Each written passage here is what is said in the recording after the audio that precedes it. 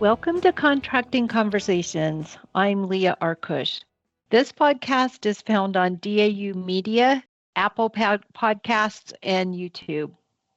If you like the content, please, at the end of this recording, hit the like button. It really helps us continue to bring you great content.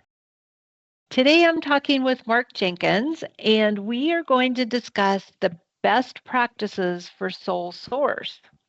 Welcome, Mark. Thanks, Leah. Good to be here. Okay, so this is another tool on the dau.edu tool website. Can you talk to us a little bit about how you came about coming up with this tool, sort of what was the impetus for it, and show us how you get there? Yeah, absolutely. Let me go ahead and share my screen. Hopefully you're seeing stuff now. So yeah, that's a great question. First, I'm going to show you how to get to it, and then I'll kind of talk about the impetus for it. So first off, the easiest way to get to this tool is to probably just go right here to the good old magnifying glass, and let's type in best practices, lessons learned.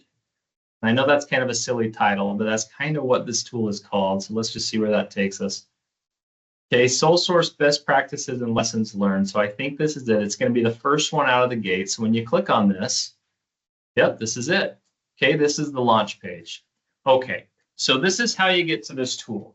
Now, I'm just going to read exactly what's right here because this is going to tell you what this is. So this is an interactive tool, and it's designed to help DoD contracting professionals and acquisition teams apply proven pricing strategies and stay compliant in sole source acquisitions.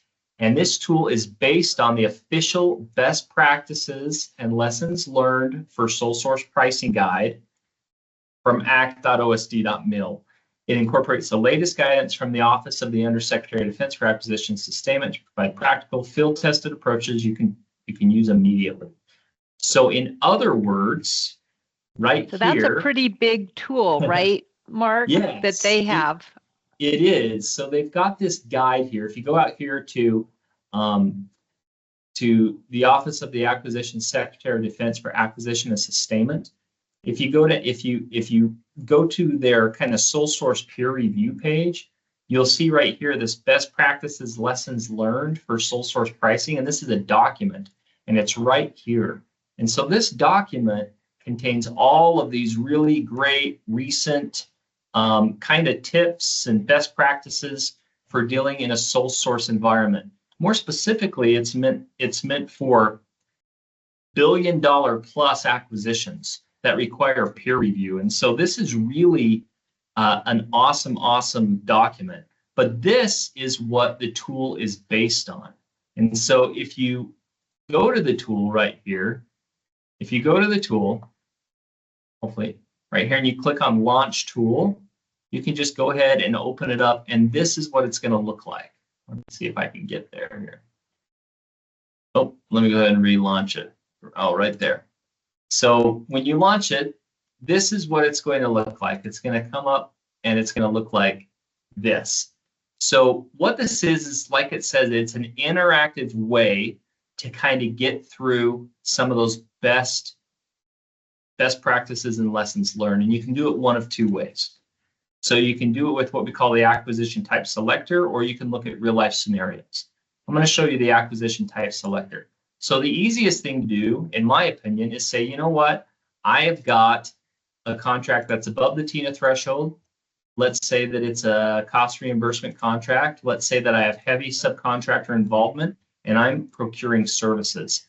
That's all you got to do is you just got to fill out these 4 things, hit submit, and the tool will automatically extract from that document the best practices for that particular combination right there. Okay. And it's just so cool because as you can see, as you go through, it'll talk about requirements, it'll talk about contract type, it'll talk about how to deal with inflation and escalation.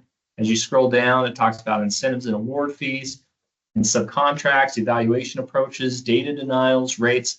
So it really goes through really just the whole spectrum of things that you could expect to worry about in the sole source situation for that given scenario. And it's all based on the most recent guidance right there from the Office of Acquisition and Sustainment. So you with me so far, Leah? Yeah, quick question, Mark. When you're down there on the key best practices and it's giving you page numbers, so this is quickly compressed from a 40-page document. Are those page numbers tied back to the OSD webpage?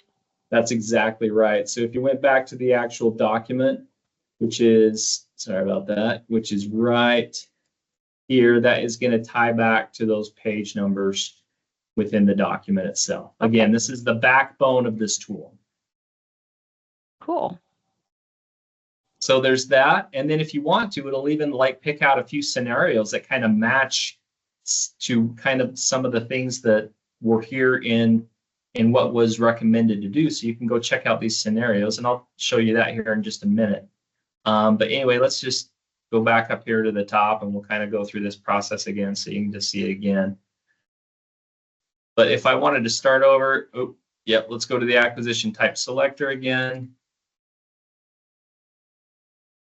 And let's, this is just a really good way to just kind of get in and out of this tool without having to scour through a huge document. So again, right, maybe this time I'm below the TINA threshold, maybe it's fixed price, majority prime, and I'm doing materials and supply. Regardless of the combination, it's still going to give me the contract types, all of this information that's going to come in handy for me in terms of best practices. And so that's really what kind of one part of this tool does. The other really cool thing I like to show people is if you wanted to know, well, guess what? What are just the common best practices across any contract type, across almost any type of situation? You can just click on this common best practices, and here they are. Look at this. Comes up with the most recent, the most useful things to know when negotiating sole source contracts. So that is the acquisition type selector method. And I do want to show you the other method, which is kind of a fun way to go as well. You can click on these hands right here to go back to the beginning of the tool. So what I just showed you was this acquisition type selector method. Now I'm going to show you the real life scenarios. So this is a way that if you would like to, you could say, same situation. You could say, you know what, I'm below the TINA threshold, I'm cost reimbursement, heavy, let's do manufacturing, production, submit. It's going to pull out some real life scenarios that kind of walk through some of these decisions and some of these issues that the acquisition team had to go through. But in this case, it's kind of putting you in almost like a choose your own adventure scenario, where you get to go to the scenario and it's going to say, okay, here's the scenario. Let's go to contract type. It's going to say, what do you think you should do here? And you'll walk through these choices, and you get to select these different options until finally you should come to what we call a scenario summary. And I'm probably not going to be able to get there because I'm just guessing my way through this, right? But with each thing you click here, it's going to give you a little bit of feedback on the option you chose. And then at the very end of it, you would come to what we call a scenario summary, which basically summarizes exactly what you went through. Here we go. It summarizes everything. It summarizes the scenario, and then it kind of talks about those best practices that need to be put into play in order to kind of come out on top there. So it sort of gives you a recap and a summary based on the adventure that you chose, because we know that every time you're going sole source, that whole negotiation piece, right, is a real adventure. So I really like this tool, and I like the usability of it and how quickly it gets you through a document that could take a little bit more time. Exactly. That's the whole point is, we realize that these acquisition teams, they don't have time to be just reviewing these huge documents. We want to give them a tool to put in their criteria, get in and out, maybe print off a sheet of the best practices, so then they can move forward and apply those things to their acquisition. And that's really the goal here. But that's what this tool does. It's meant to assist acquisition teams in just that way for applying sole source best practices and lessons learned. Well, thank you for joining us today, Mark, and showing us the best practices for sole source tool. Yeah, my pleasure. Thanks for having me.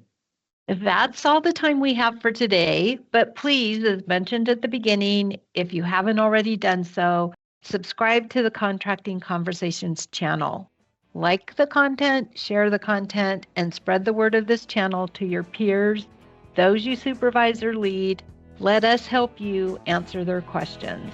We look forward to having future contracting conversations with you.